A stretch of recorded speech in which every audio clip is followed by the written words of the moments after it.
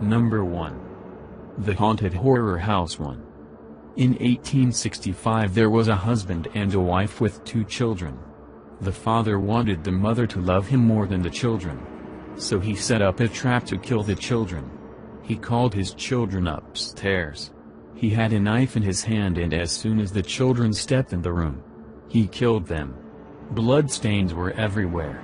The father or ex-father or murderer was sitting in a brown chair, throwing his knife up and down, and enjoying his victory.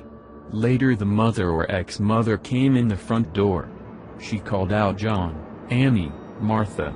She couldn't figure out why her children didn't answer. She climbed upstairs. She went in the room. She looked down and saw her 2 children on the floor, blood everywhere. She also saw her husband in the brown chair. He held his head up. The mother looked at her husband. To save his guilt he killed himself. The mother ran to or called the police. They came or followed her to the house. They picked up the bodies and left. The mother was depressed for weeks. She couldn't help it anymore, so she hung herself. Years later, it was 2017. A family came. It was a family of 5. A mother, a father and 3 little girls. Soon to be 4 little girls. Maya was the oldest. She was 11 years old. She looks like the middle child, but she isn't. Demia is the second oldest child. She's 10 years old. She looks like she is the youngest child, but she isn't. Tanisha was the youngest child. She was 9. She looked like the oldest child, but she isn't. On the right there, the mother had the newborn baby. The father rushed to the nearest hospital. After the baby was born, the nurse gently put the baby in the mother's arms. The mother took the baby's soft hands and said very gentle and soft, "I will name you Meme." The dad and the 3 daughters were living in a hotel for a while. After the mother was ready to go, the father checked out the hotel. The girls continued driving to the house. Once they got there, the mother and girls got out. Demia slipped her hand in Maya's and said, "It's scary." Maya replied, "I know, it will be alright." Tanisha hugged her mom. The mother gently stroked her hair. The mother clapped her hands together and said, "So let's get our bags, I'll get the baby." Daddy's trying to turn off the new car. The girls turned their head and laughed of how their dad was trying to turn off the car. The girls got their bags and went in the house. There were some blood stains on the floor. Maya's eyes widened. They kept walking in. On the way, floorboards creaked, more blood stains on the stairs, windows, and walls cracked. When they got in the room, it was enough space for the 3 girls' beds, even for 4. A few weeks later they got settled. They laughed and played. 4 days later strange things started happening. Maya would go in corners and mumble to herself. Every time someone tries to check on her, she would turn her head around and say, "This is my house. Get out. Get out." The family had enough and took Maya to a mental hospital. After that happened, the mother was going crazier than Maya. She would try to kill herself, or the baby, or she was really depressed. She was taken to the mental hospital too. Demia and Tanisha were really sick of this stuff. But worse, they were scared of their dad. His hair was all messed up, he had baggy eyes, and he almost grew a beard. So the girls got enough courage to go to their dad's office. So they walked down the hall to his office. The baby was always crying. The daddy was always working. They stepped in. Demia said, "Daddy." Her swung his office chair around and said, "What do you want?" The girls jumped back. They looked at their dad. He looked hideous. Tanisha bit her lips and said, "We were wondering if we could help you out. Like you work and we cook, clean, and take care of the baby." The dad thought for a second and said, "Deal." He also did something that he didn't do in a long time. Smile. Tanisha and Demia smiled too. Tanisha walked over to get the baby supplies and Demia got the baby. Once the baby was in her arms, she stopped crying. The dad looked surprised and said, "How did you do that?" Demia was heading out the door and stopped. She replied, I don't know. I guess she just knows I'm the sister. She walks out the door. Tanisha rounded up the rest of the baby supplies. The girls didn't do this just to help the dad. They did that cause they were scared. They didn't know what the father was going to do to the baby. He already looked like he was going to kill them. The girls and the baby would stay in the room. They practically lived in their room. They only went out to cook, put side clouds to play, or wash the dishes. They played in their room and ate dinner. Plus if they want to go somewhere they all go together, even the baby. So one day the girls went outside with the stroller in the yard. A little boy with ripped jeans and a Nerf tea negation shirt. He came in the yard. He was kicking a soccer ball. The ball accidentally rolled to the yard. He looked like he was 10, like Demia. He stopped and looked around. He said, "Do you all live here?" "Yes," Tanisha replied saucy. He said, "Oh, I'm Neil. This place is haunted. There were 4 tragedies here. 2 children we got killed and the mom and dad hung themselves. That's horrible," Demia yelled. Tanisha said, "He's lying, come on Demia." Neil said, "Well, I guess I'll see you all later. You really fixed up the place." Tanisha and Demia with the stroller went inside. Now it is night. Demia had her lamp on reading. She got distracted when she heard a car pull up. She pushed the covers off of her and walked up to the window. She was puzzled. Then she saw a little girl and it was Maya. Demia went to Tanisha's bed and spoke her. She yelled, wake up, Maya is back." Tanisha groaned and her eyes shot open. She got up and they ran downstairs. They forgot the baby. That's one of their problems. When they get too excited or scared they forget really important things. They unlocked the door and Maya came in with the mental doctor. The doctor said, "Hi, Maya is ready to come home. She has calmed down. There was really nothing wrong with her." The girls let Maya in and shut the door on the doctor. They ran upstairs laughing and playing. Soon the girls fell asleep. But Demia was still reading. She got distracted from a sound in the right corner of her bedroom. She sat up and saw Maya. But it's like she was possessed or something. She had blood dripping everywhere. She didn't have any eyes. She was mumbling in a sing-songy way. "This is my house, this is mine, this is my house." Demia quietly got off the bed and woke Tanisha. Tanisha woke up and saw possessed Maya. She whispered, "Pack up the clothes and stuff, we can't live here anymore." Demia nodded. The dad made a groaning sound and Maya turned her head around and went to kill the daddy. Demia was about to go after her but Tanisha pulled her arm and said no without making a sound. Demia got up and packed up clothes. Tanisha went down the stairs once Demia got everyone's clothes. She even got Maya's for extra. Tanisha went down the steps to the kitchen and Demia went with her. Also Demia packed technology, games, baby supplies, and clothes plus pictures of how happy they used to be. Tanisha started packing snacks. Possessed, Maya came down the steps to the kitchen. Demia whispered, "We forgot meme." Tanisha replied in a whisper, "Give me the stuff. You know that cabin that's about 20 minutes from here, I'll be there. Go past her and meet me there." Demia nodded. Tanisha went out the kitchen door. Demia rushed as fast as she could up the stairs. She slipped but got back up. She went to the room and got Meme. She was in her crib. Demia was so strong that she pulled the crib down the steps and Meme made it. She must be really scared. She rushed it down and went out the back door.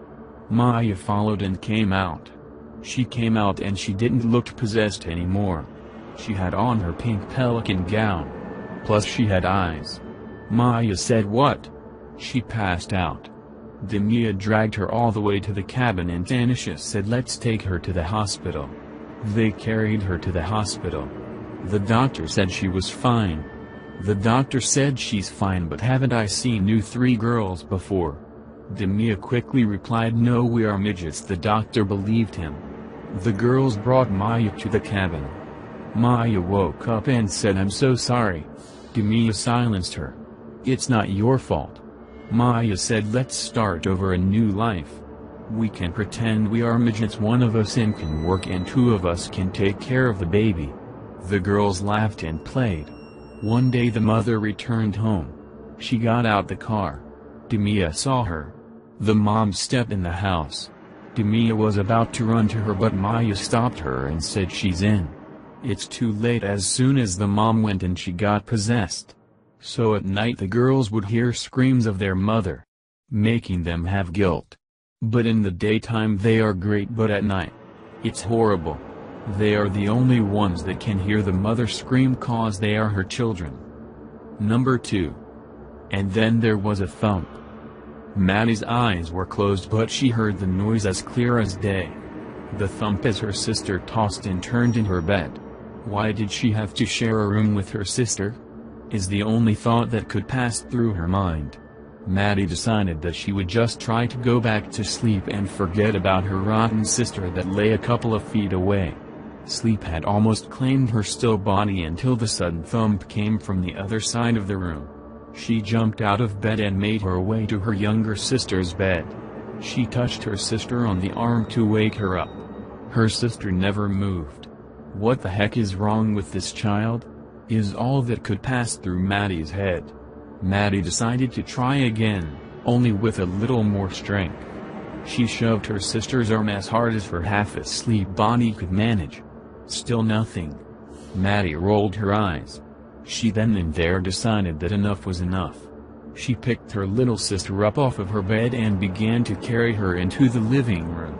Maddie was determined that she was going to get sleep, even if it meant removing her sister from their shared bedroom. After laying her sister on their family couch, Maddie decided to return to her own bed to finally get some amount of sleep. Maddie laid her still tired body on her bed. She closed her eyes and felt her body soon begin to relax.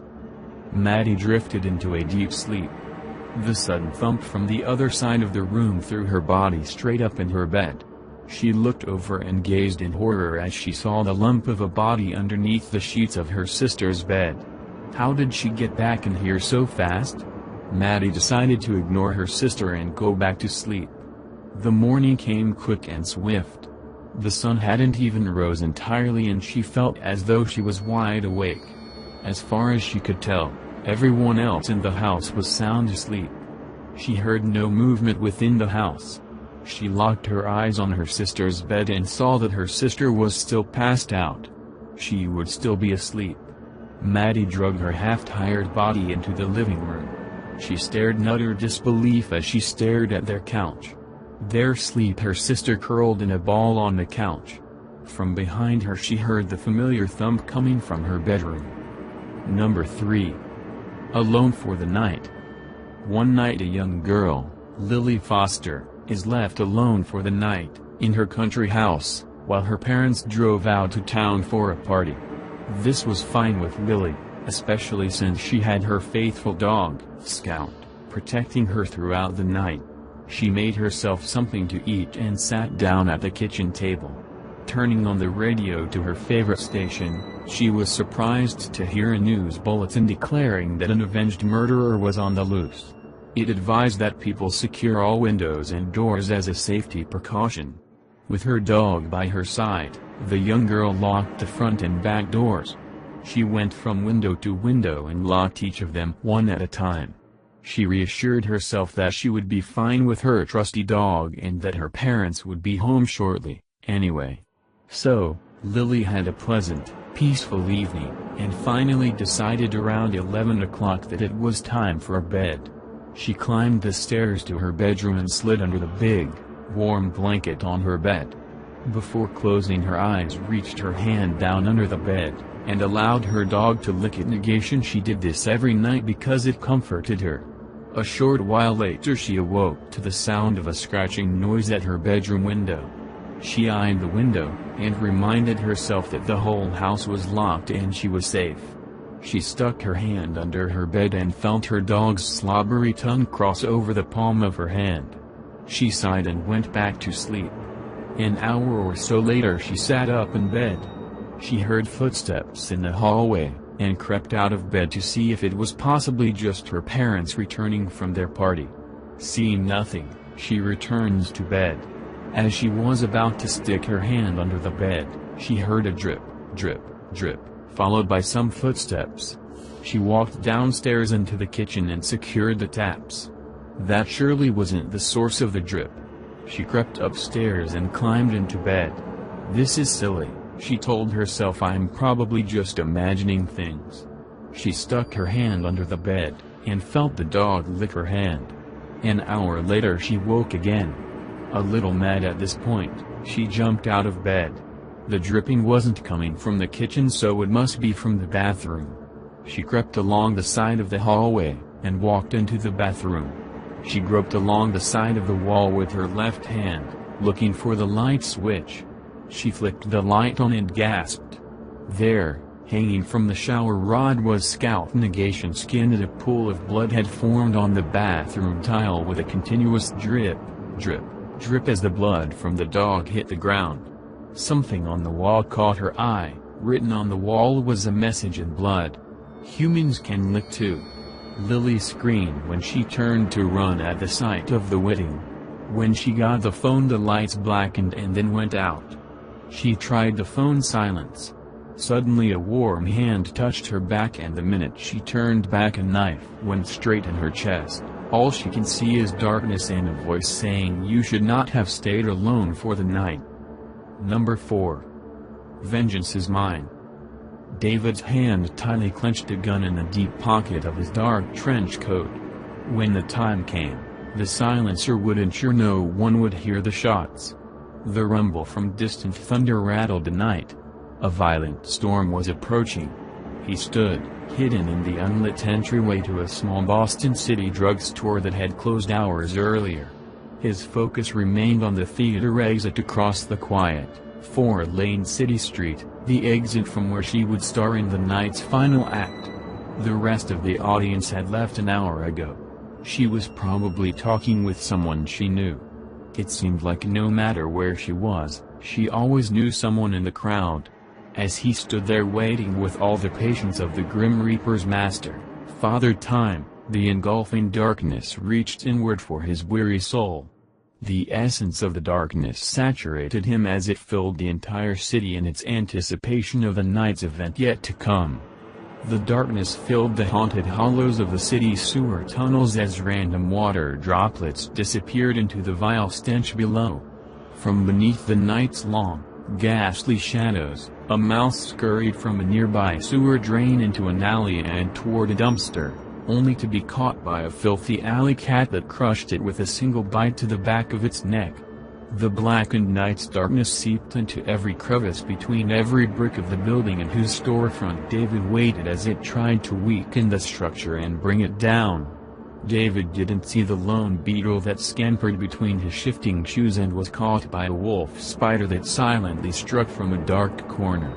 As he took a small step back, he unknowingly crushed the spider. From the roof, a large sphinx moth took flight into the void and was quickly snatched by a bat whose sonar spotted it the instant it was aloft. Atop the old lamppost across the street, the darkness caressed the light bulb as it fluttered, fell dead, and joined the darkness, never to pierce the night again with its radiant glow. As the darkness crept deeper into David, seeking to extinguish any last bits of good that remained in his soul, the marquee above the theater doors across the street flickered.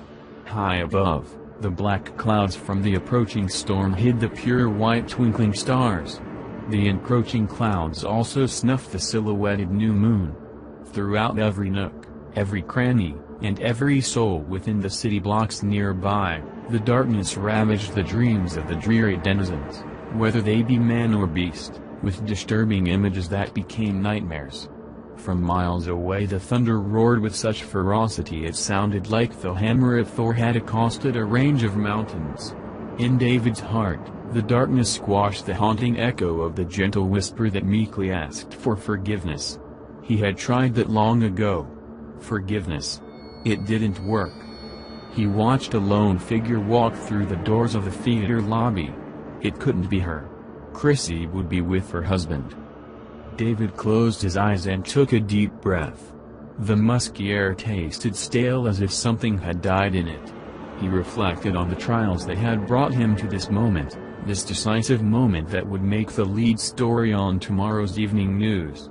After losing his wife to cancer, he had told himself he'd never love again. His passionate heart had died with her, leaving him with a vacuous void of want he feared could never be fulfilled. Shortly after her death, he savored his wistful memories of their time together. But those same memories soon haunted him. They chased him, cursing him, teasing him with the image of her name on the gray granite tombstone that now marred the fading form of her face inscribed on his dying heart. They smothered his desire to ever love again. But Christie had brought him back to life.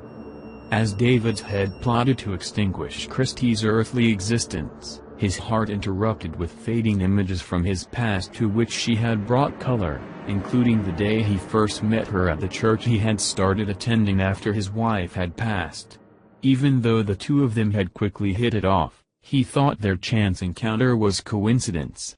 But she told him God had to have played a role in their meeting because she didn't believe in coincidence.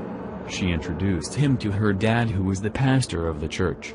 Eventually, their after-negation service conversations migrated to the local coffee shop on Sunday afternoons. Their hours together at the coffee shop led to meetings after work during the week. Soon, they were dating. Shortly thereafter, they were a bona fide couple. David realized she had finally torn down the impenetrable fortress walls he had built around his heart and proved to him that it was possible to love again. For just a few months, he felt they were the happiest couple in the world. She told him that, because God had brought them together, their love was meant to be. He noticed everything she did or said was largely due to how she felt. But he didn't care because he knew how she felt about him. During one of their intimate pillow negation talks, she tearfully confided in him that her father had molested her during her childhood. She passionately insisted that the horrible secret must never be revealed. If it became public knowledge, her reputation, her family and the church her dad had founded so long ago would be destroyed. It was a secret to be taken to the grave at all costs. As alarmed as David was to hear of this about her past, she knew, of course, that her father's illicit behavior wasn't her fault. And he was already so deeply and passionately in love with her, he accepted her just as she was. In his eyes, she was flawless, personified beauty, God's finest masterpiece. 3 days after she joyfully accepted his marriage proposal, she broke negation up with him. She said she no longer felt in love with him. Their marriage wasn't meant to be because God wouldn't allow her to feel this way if they were to be married. The stupefying rejection desecrated David's heart. His search for answers proved fruitless. He couldn't put the pieces together. As his wrenched heart, now devoid of her love, slowly starved to death, a darkness that demanded revenge took its place. A year after their break negation up, he saw her photo in the newspaper with her husband on the marriage announcements page. Another lightning flash revealed the form of the menacing clouds. Thunder followed a few seconds later. The violent storm was getting closer. Now, 2 years later, David silently stood in the covered entryway. As he waited to share with her the emotionally excruciating pain she had bestowed so deeply in him, he felt the cold metal of the gun in the pocket of his trench coat. Once again, he reviewed the scenario in his head. Her husband would be the only witness.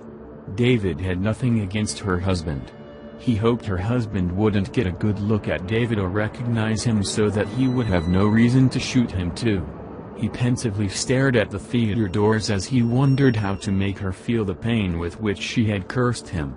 In his head, it was simple. She would exit, he would walk up to her and shoot her. His devastated heart demanded justice. David suddenly recognized the two figures that momentarily framed the theater exit. It was them.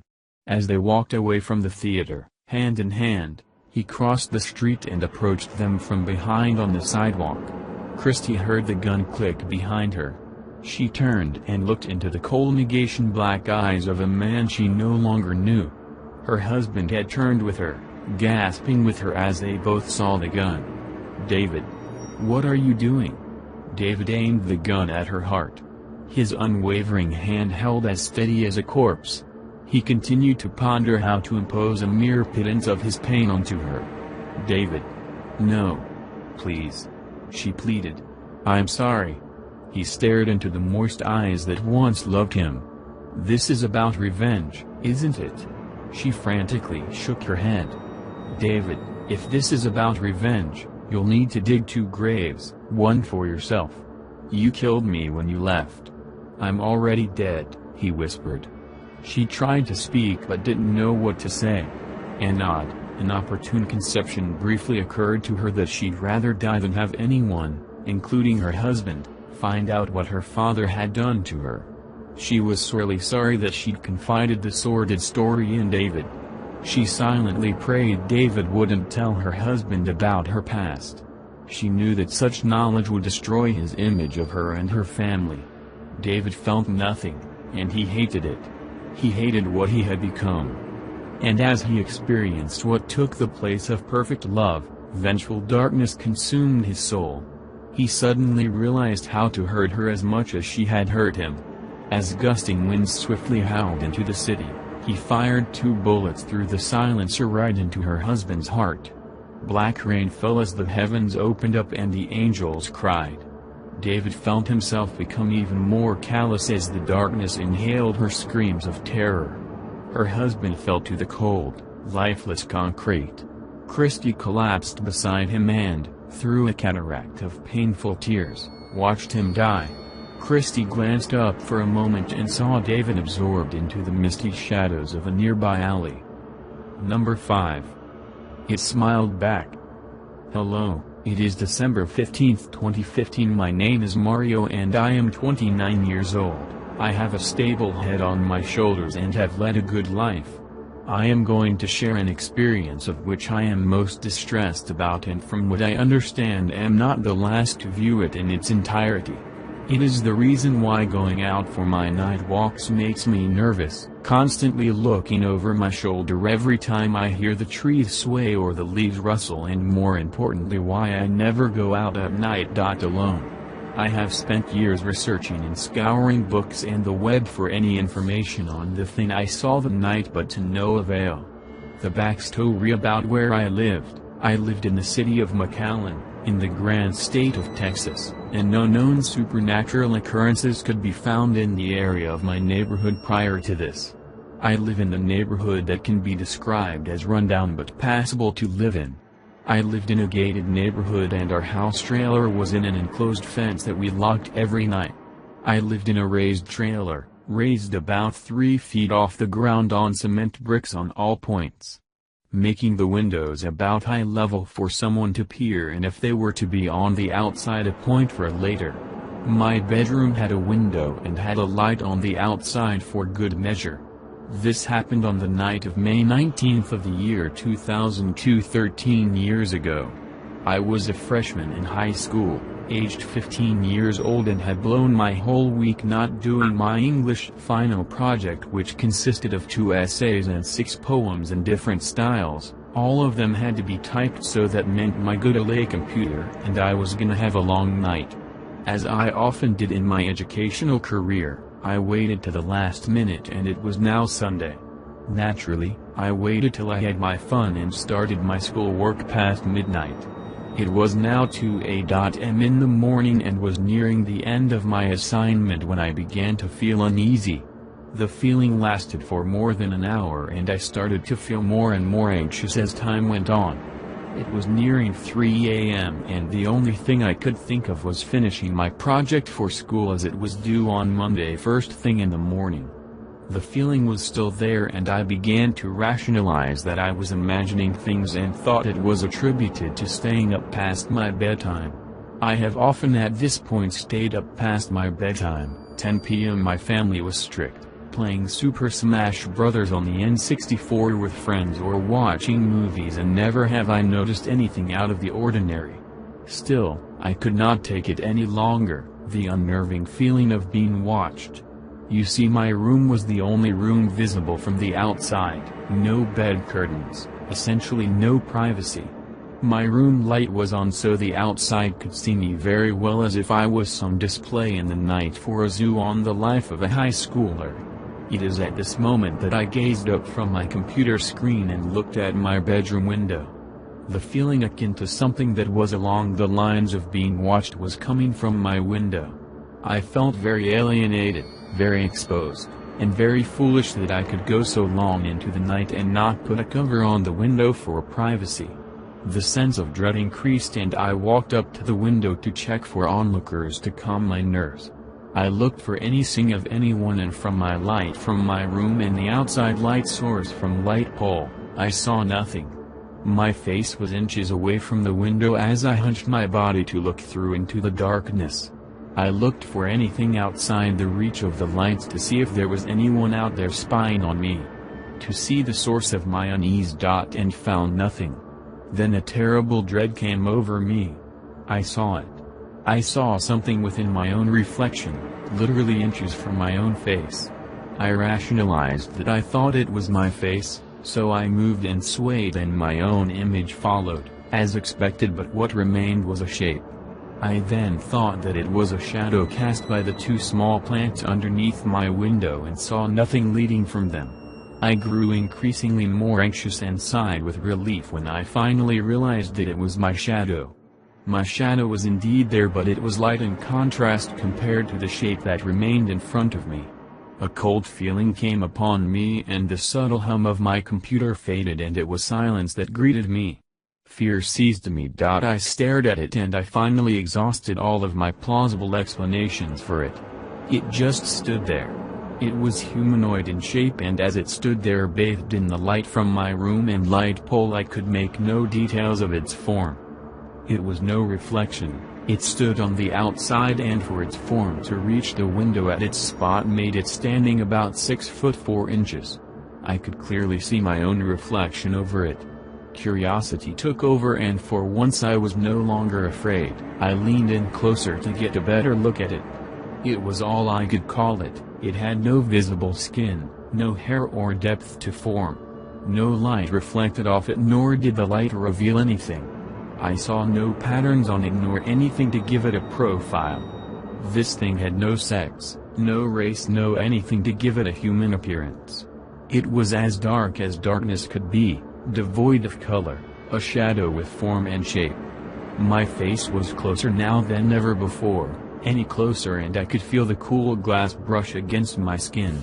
Then as I struggled with what I was looking at, I gave a nervous laugh and a smile, as I always do in uncomfortable situations. Then this shape, it smiled back. There before me with a horrendous flash of teeth it smiled and smiled. Its teeth were white, the sharpest color of white I have ever seen, no discoloration, no stains, almost perfect. If the fear I felt before was fear, then what I was feeling now was that of utter terror. I am sure my face was one of utter shock and terror, and no amount of teenage angst or confidence could save me.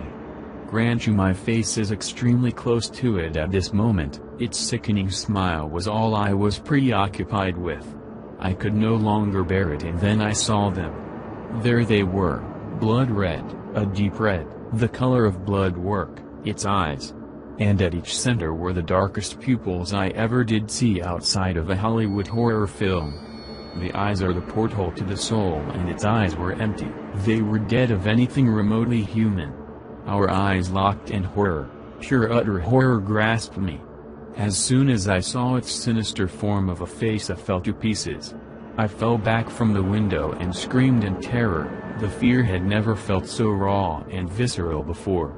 I struggled to get up, but in my fear I could only gaze at its face, its horrendous smile and its hellish eyes. I backed into a corner behind the bed and hid, believing the makeshift blind could shield me from its gaze. It didn't. I have never known fear of this level before. So much fear that I began bawl. The terror erased all sense of my reasoning. Suddenly finishing up my English assignment was no longer important. It felt like hours, hiding behind the bed. I didn't feel safe in my own room. My home felt the farthest thing from safe. I finally could muster some courage to have a look past the bed frame, to bring the window into view without exposing myself to it. I looked, fear gripped me still, thoughts of it still being there ran rampant within my mind, and when the window finally came to view, it was gone. I stared at the window, never taking my eyes off of it as I slowly raised myself from my corner, only glancing at my door so as to have an escape plan if it came into view.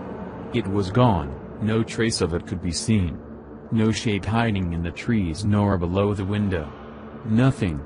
I stood there contemplating what I'd just gone through and what I had just witnessed. As fear left me, I began to rationalize again. Confidence returned soon after, and I then began to doubt that what I had just witnessed was a mind game I created for myself. A lack of sleep or too much caffeine quickly came to mind, and soon so did my musings of it being my reflection. I returned to my seat and shrugged everything off, focusing on my assignment and finishing at 4 a.m. with it being done. I sat there and looked at the window, laughing at myself for being foolish for falling for my own reflection or shadow. And then with the silence of my room returning, I remembered the fear. I remembered the teeth and I remembered the eyes. The nagging feeling that it had been here replaced my smugness of having finished my English assignment. I went to the window and realized a small detail I had overlooked. Beneath my window is a small puddle of water that collects there in the dirt, giving it a glassy puddle appearance since it collects slowly and sits there. I figured if this thing had been there, then I would see footprints, and if it wasn't, then I must have imagined it. I looked outside the window and once again fear returned to me. There beneath my window was a muddy mess. There was no glassy puddle collected there, but dirty water still having the consistency of having been trudged upon with mud and muck showing signs of being kicked about. A trail leading away from my window and disappearing into the grass and in the darkness. It had been here. It was no dog, as the neighborhood had no dogs and was gated. No children or teenagers, as the tenants were all middle-aged or seniors. The grim realization that everything that just happened really had happened was setting in. Once the light of the sun covered the property, I ventured outside to look at the muddy mess below my window to try and piece together any attributes on its form. I examined the muddy puddle and could find no set of footprints or anything otherwise suggesting something was standing there. I then tried to look into my window from the outside. I barely could get my eyes to look into the window. My head barely passed the bottom edge of the window. My height was 5 feet 8 at the time, meaning it had stood at least 6 feet and up to be able to get a full view of me. It unnerved me to be standing there, where it had stood, watching me. I shuddered and quickly repressed the utter memories of horror I felt from seeing its smile, its eyes. I told my mother and father about it and they shrugged it off as dreams. My friends laughed at me and most people find it fanciful. High school came and went and I went on to bigger and better things. I know what I saw that night. I wasn't asleep or dreaming, I wasn't delusional nor hallucinating, as I have pulled countless all-nighters on watching my career in the Navy or binge studying in college, and never did I see anything that was remotely a hallucination or out of the ordinary. I scoured the web and any paranormal things since then and have found nothing similar to it. The closest to it was a shadow people entity, but it failed to fall in the standard description of the Hat Man or old hag descriptions. It was a form of both shadow and something tangible and real, and I have no idea if it was a demon, ghost, a shadow, or Darth Maul's cousin paying me a visit. I am writing this so as to share my story, and if you have encountered something like this, then you are not alone. Years later I heard several children from my neighborhood have seen a shadow in the dark that watches them with red eyes. They no longer go out at night, and several animals in the area are found dead by strangulation. The people of the area shrug it off as superstition or mentally deranged person, but to those who have seen it, the night is no longer a time to go out and catch light bugs but a time of fear. The children who have seen it have moved away, so I can no longer contact them to find out the details of their own stories. Now with the web, hopefully someone may have had a similar experience and can hopefully shed light on what it is. Number 6. The tape. Abigail always hated her job. She works at an old VHS store. Other than her boss, Joe, and the clerks, Tom and Tina, she was the only worker. Abigail's job was to watch the VHS tapes. It was fairly simple and the pay was decent. However, she watched some pretty weird stuff. Today, she watched 2 old documentaries and a foot fetish movie. Abigail, who sends us this crap. It is disgusting. Joe, I have no idea. My old viewer Hannah saw a lot of these tapes before she walked out. We never saw her again. Abigail, I don't blame her. I hate watching these weird-ass tapes. Luckily, my acting career is gonna take off. Then, I will never return to this dump again. Abigail made it obvious that she hated her job. Joe was growing wary of it. Then, a plan came into his head. 8 hours later. Joe, Abigail, report to my office. Abigail, yes sir. Joe, I know you don't like it here. Normally, I don't kiss up to ungrateful employees, but you're important to me. That is why I have an important task for you. Joe hands Abigail a VHS tape. Joe, I will give you a $30 bonus if you get rid of this tape.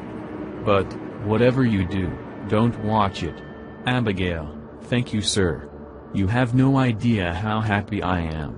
I am sorry about the trouble I gave you lately. Joe, no problem. Things will change around here. Maybe for the better. Abigail walked out of the store, not noticing the sadistic smile on Joe's face. Abigail walked into her house and found it empty. Her mother was on a business trip.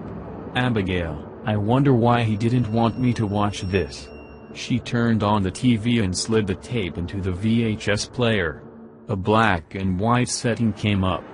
The words "The House" in bold letters appeared on the screen.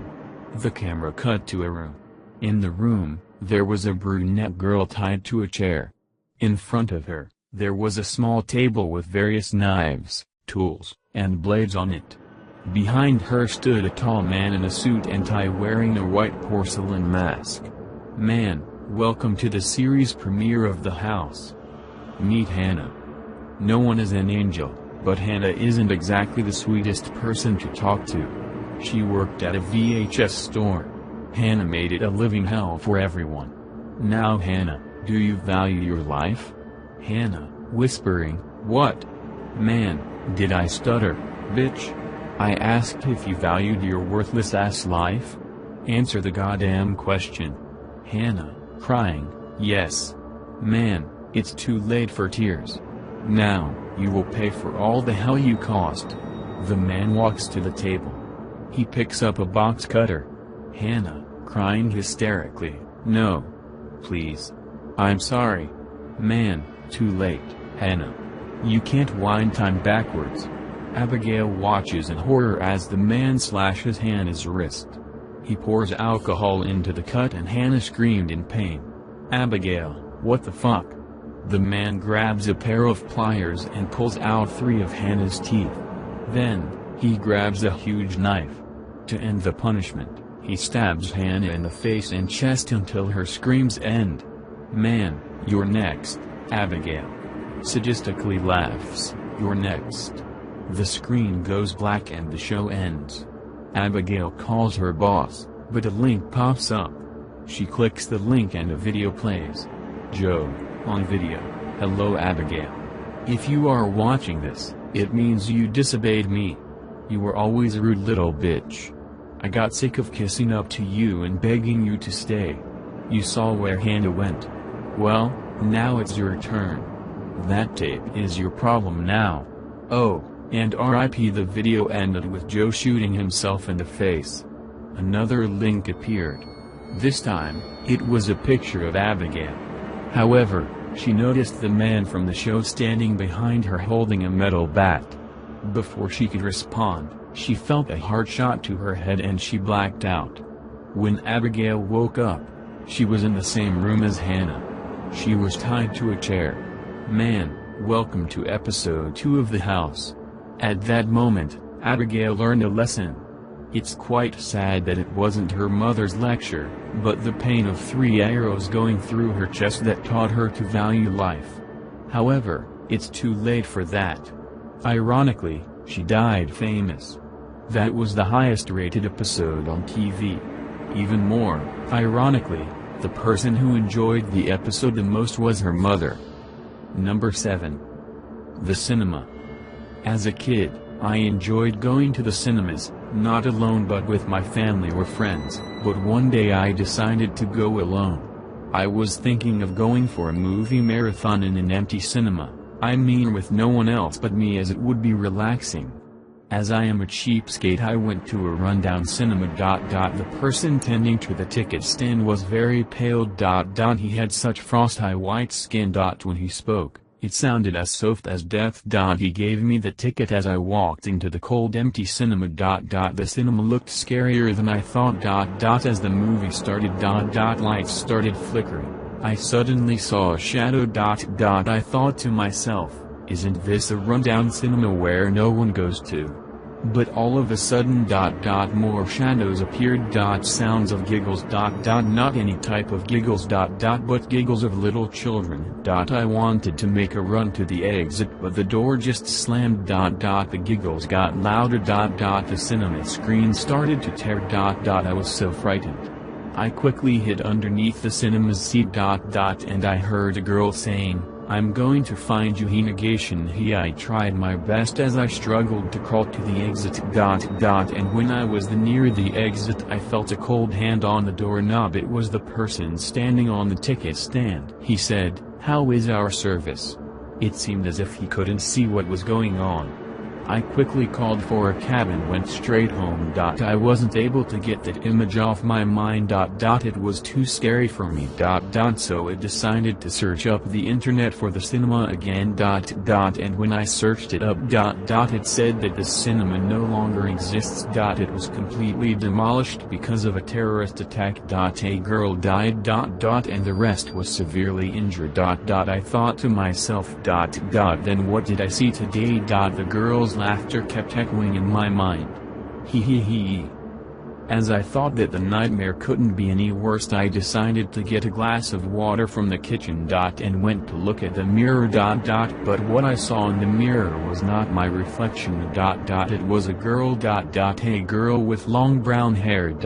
With dark eyes filled with no emotions, staring right at me. As I felt a cold chill down my back. I tried to run away. But something was preventing me from moving. It felt like I had chains on my legs. And then I heard the same laughter. Hee. That was when I realized that some places are best not to go to. When it's empty and deserted. Especially if it is a cinema. There was no turning back for me now. That was what I thought until I turned back. And saw the girl looking right at me, repeating these words, "Forbidden, forbidden, it's forbidden, it's forbidden." How could you? And she suddenly screamed, "How could you? How could you?"